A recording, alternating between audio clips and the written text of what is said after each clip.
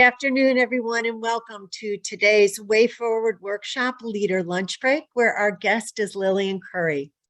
When Lillian Kuri was recognized by Crain's Cleveland Business as a 40 under 40, which is just a few years ago, she said that a lot of happiness comes from where you live and how you live. In her words, I need to be a part of urban development and design in Cleveland.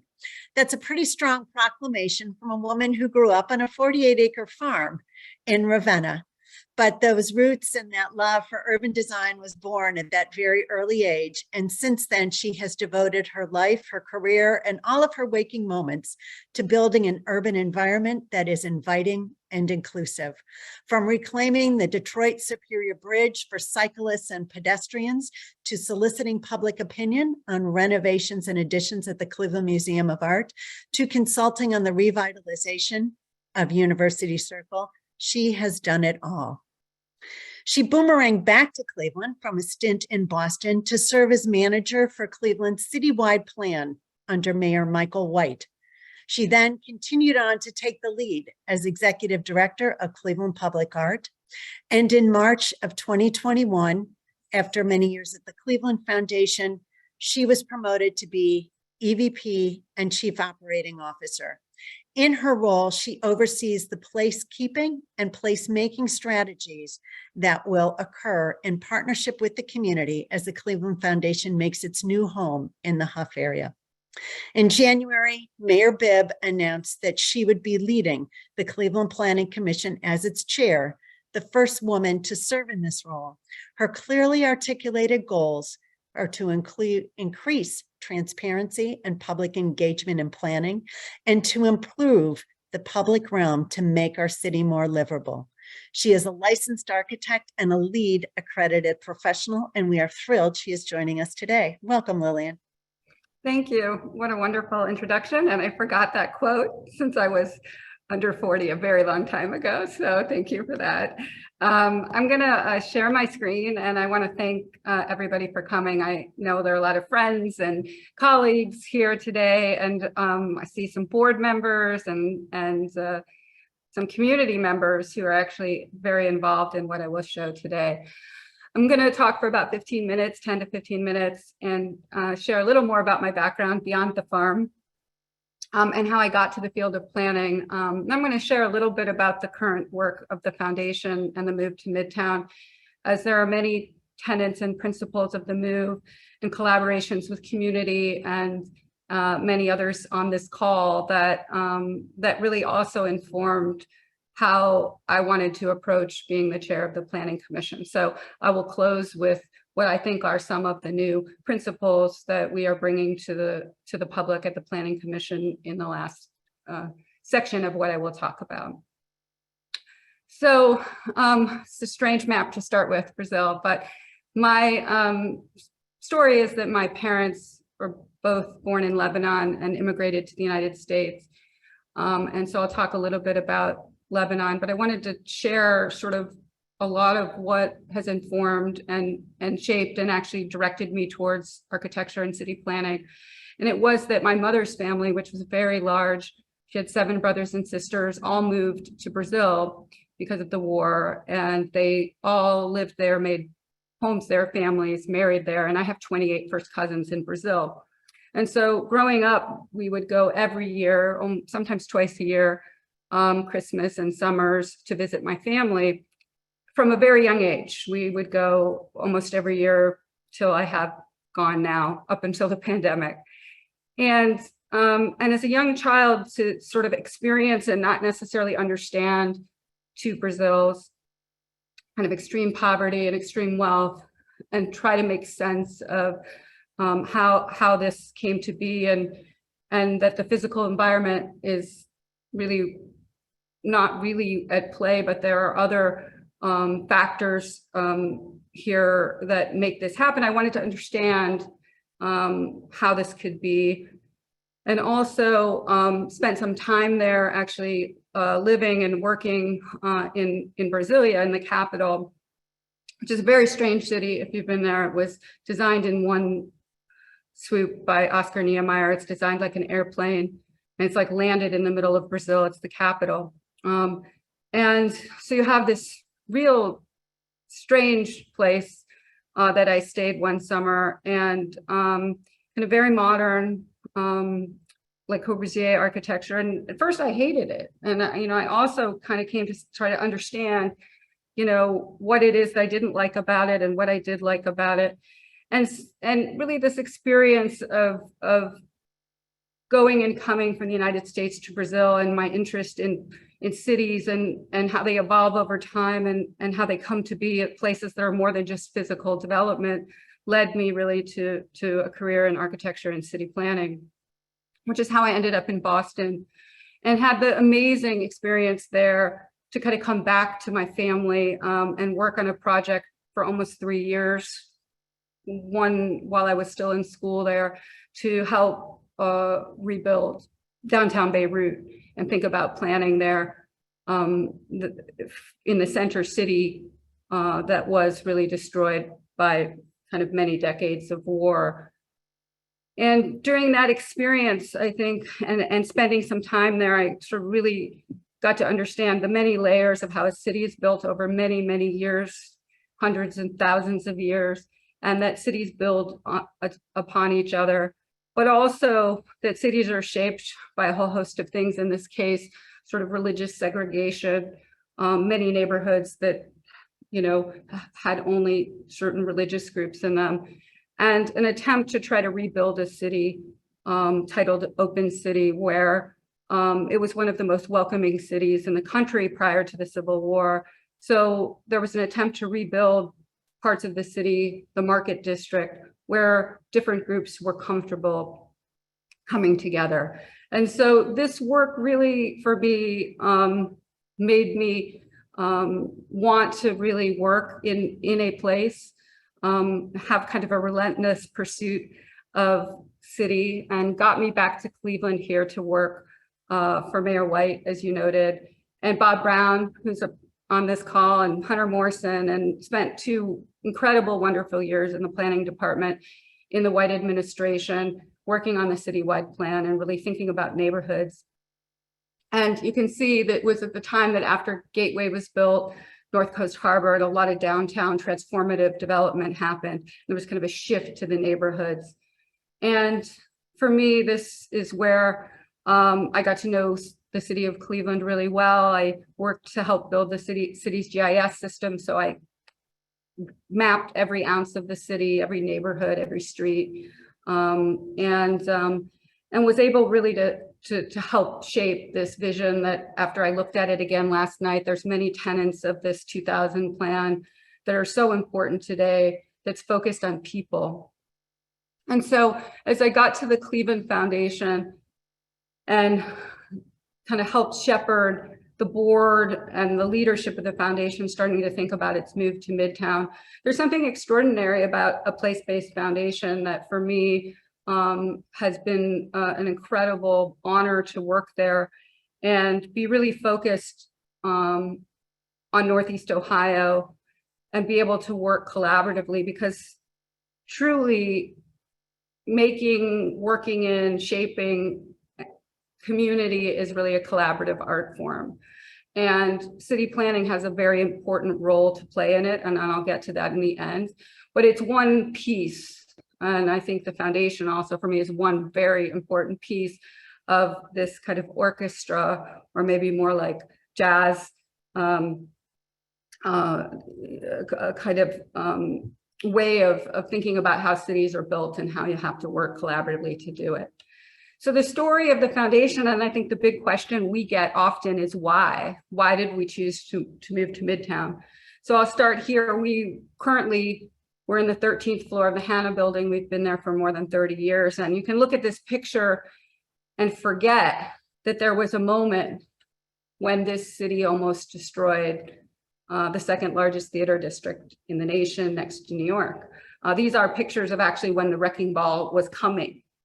And the foundation at that time, with the community, and worked collaboratively with civic leaders, used its endowment to buy the Balkley and Seltzer buildings, the big theaters, and held them while Playhouse Square was formed, and the community rallied to really save Playhouse Square.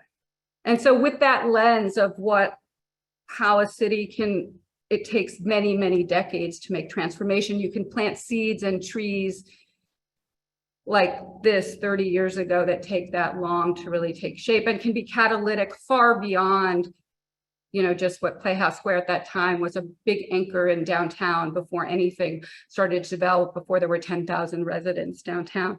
And so we asked ourselves this question as an institution and as a staff and a board of sort of, why are we moving? We're not moving just to go from the 13th floor of the Hannah building to the 13th floor of another building downtown.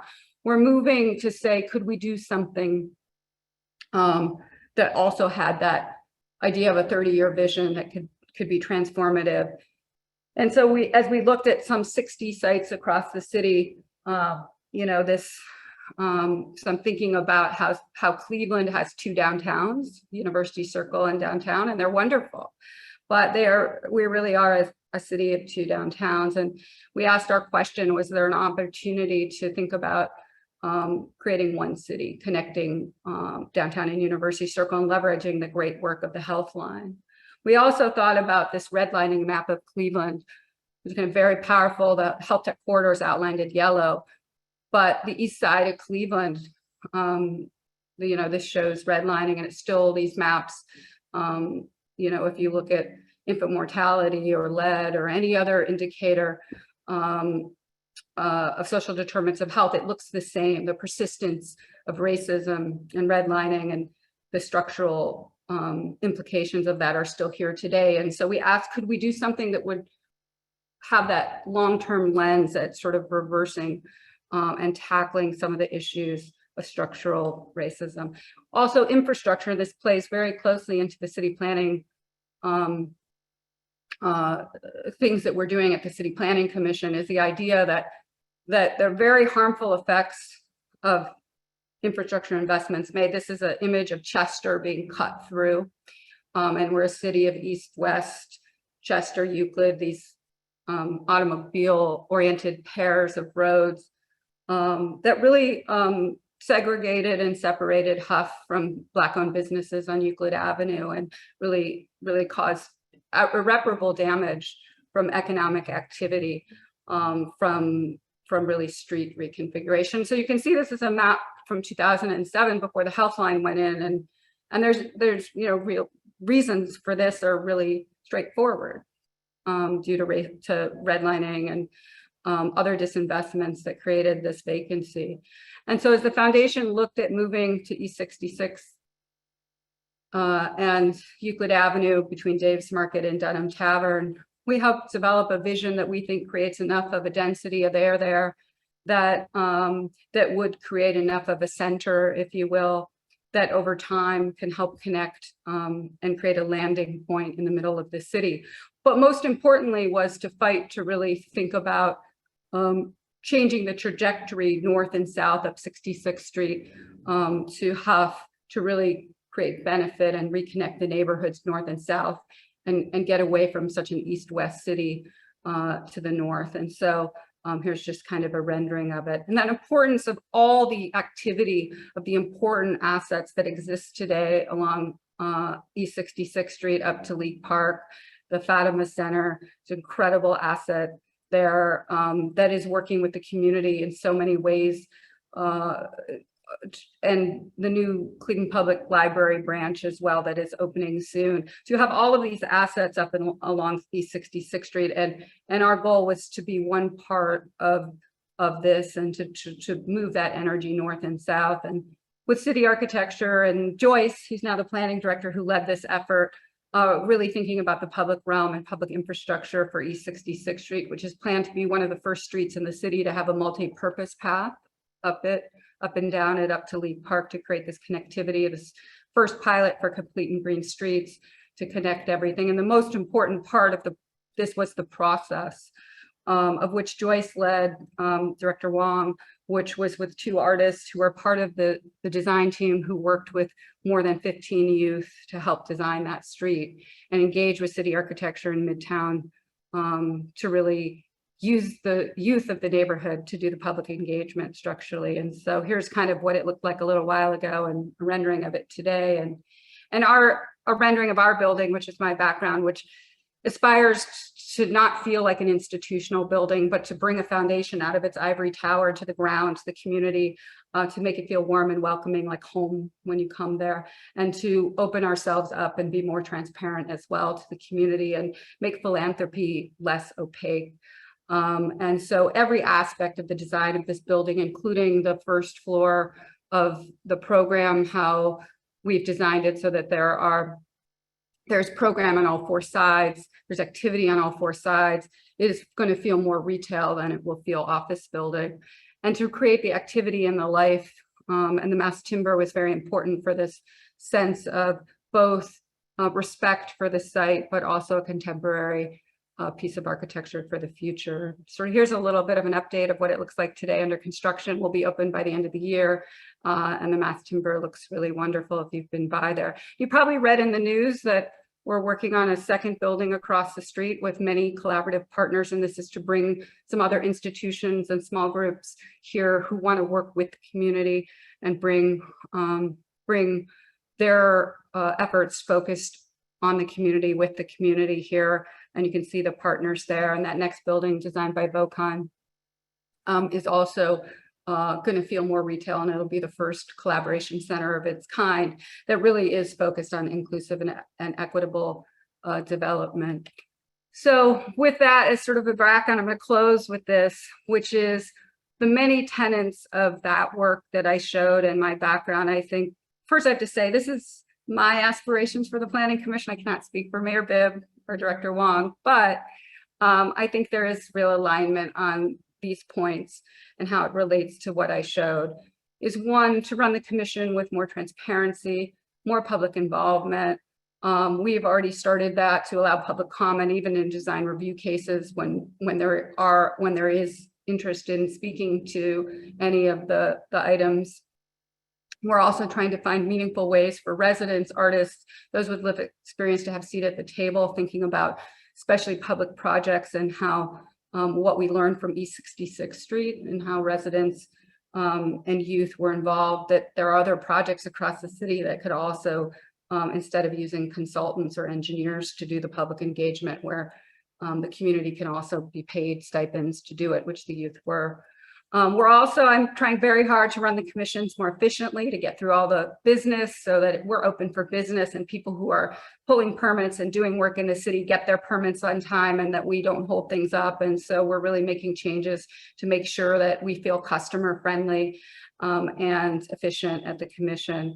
We're also looking at the city through a racial equity lens, similar to how I showed how we're looking at our work in Midtown. So we're asking, there are many planning and zoning policies and practices that have built up over time that are perpetuating kind of barriers and community structural barriers, and sort of asking questions now as we're rethinking zoning and other things about what has been in place that for a very long time that we should really take a hard look at.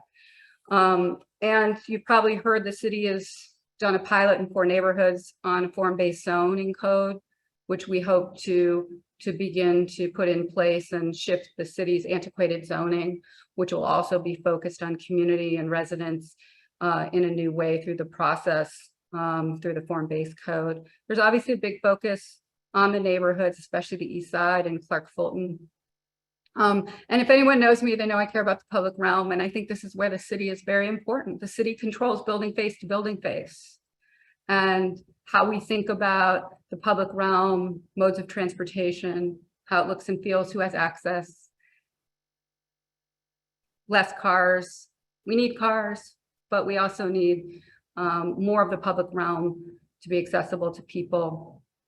And that complete and green streets with the administration, which is already rolled out and adopted, it's pretty amazing in the first 6 months of this administration. I get this question a lot, and I'm a person who believes in balance. We need to balance growth with preservation and affordability. And there are different pressures in every neighborhood, and we need to look at each one distinctly and individually where there are those pressures for balance. And lastly, there's a lot of good stuff cooking on the lakefront and the riverfront. I think my hope there is to make sure that the commission plays its role in protecting public access along the riverfront and the lakefront. There should not be private development going right up to the water. There should be public access along all of it. And I think that's the appropriate role for the commission to play. So I'll stop there. I went a little over. I know we have 10 minutes for questions, so I will take any questions that anyone has. Great, Lillian, thank you so much. Let's start with, what are some of the projects that are up first on the docket for the Planning Commission? That are up first, well, the commission meets every 2 weeks, and the agenda is set in advance of that. Most of the items that are not legislative or aren't zoning have gone to local design review and come to the commission as the business of the commission. So at every meeting, we are usually seeing zoning changes that are happening, some that are proactive by the planning department.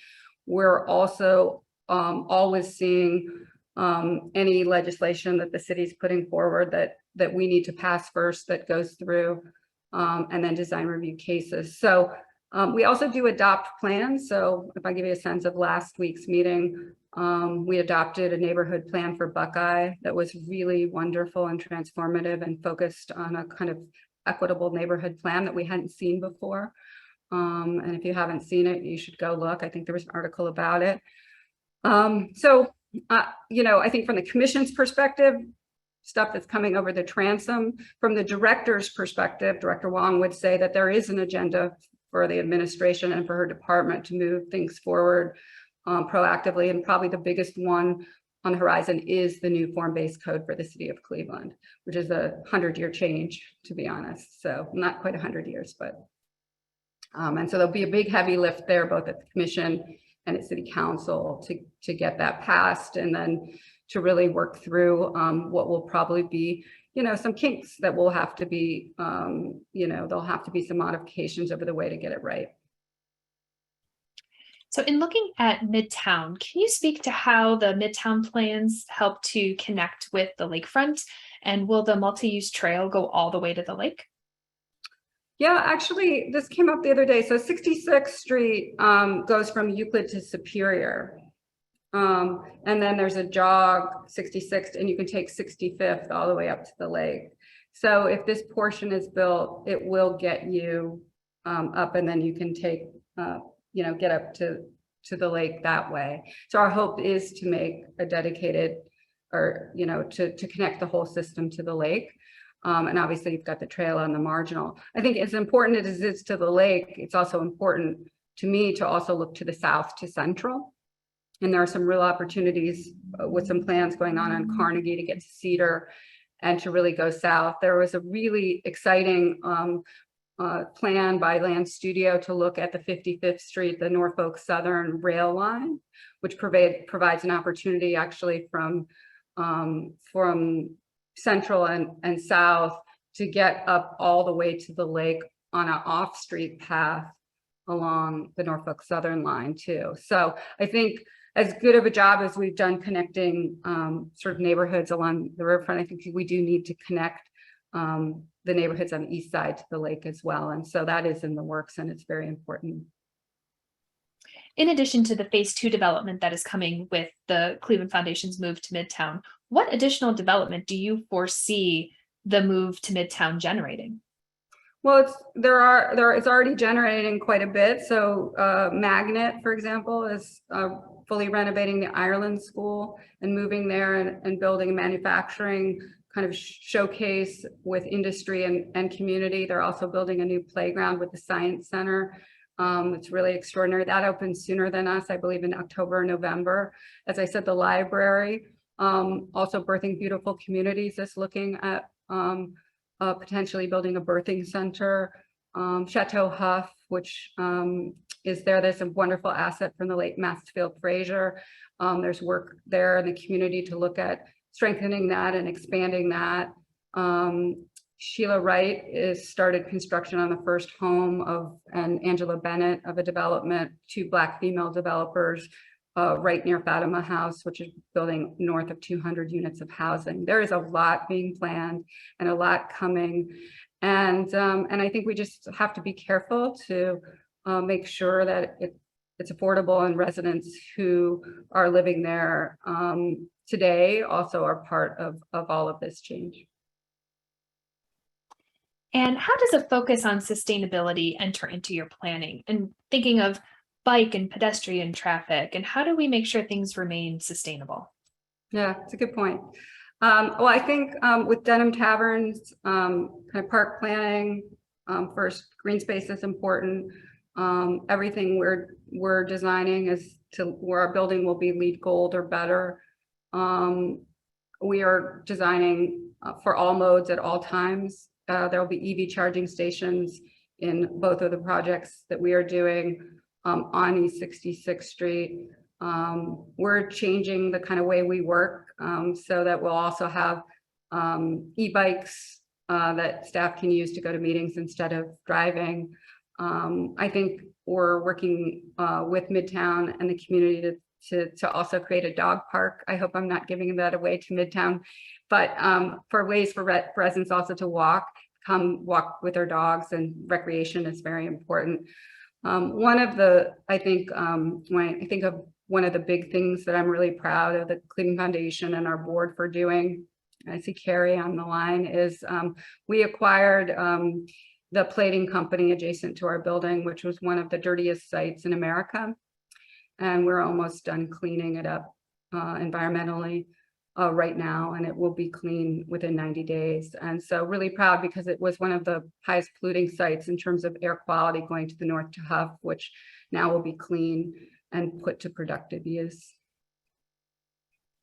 And you mentioned East 66. Can you talk a bit about that project and the estimated time frame for completion?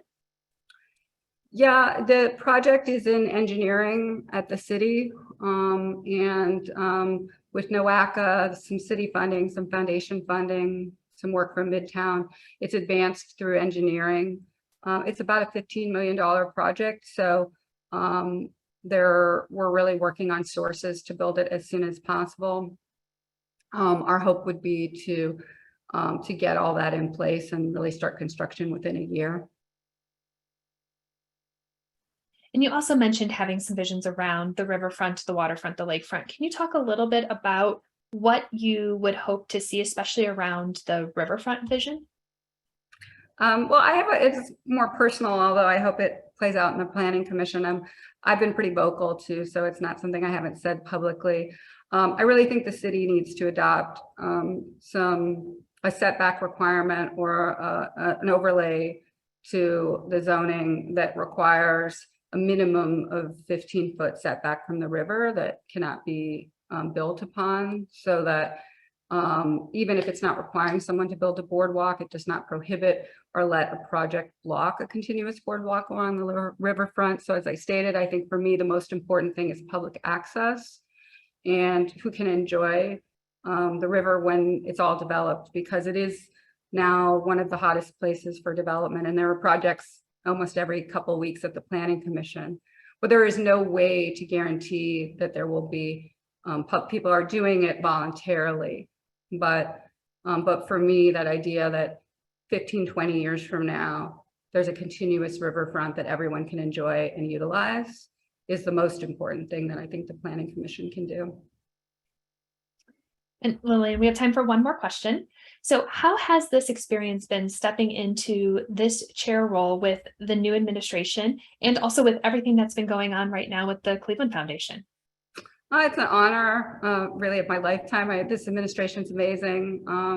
The amount of change, the pace of change is great. The openness, I'm so honored to serve, and really are going to do everything I can to support the administration and the city. Just a true honor. Thank you.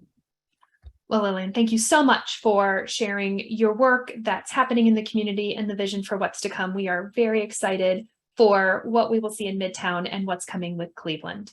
And with that, I'm going to turn it back to Mary Ann. Thanks, Rachel. Thanks so much, Lillian. When can we get into the Cleveland Foundation new space? Construction probably done in around January. We'll have to take a little month or two to get the kinks out, but then we're going to have a big celebration, and we're going to work with all our partners in Huff, and I see Legina and everyone. We're going to have a huge celebration. So hopefully in the spring. Great. I say that knowing that every day something goes wrong from a supply chain point of view, but we'll see.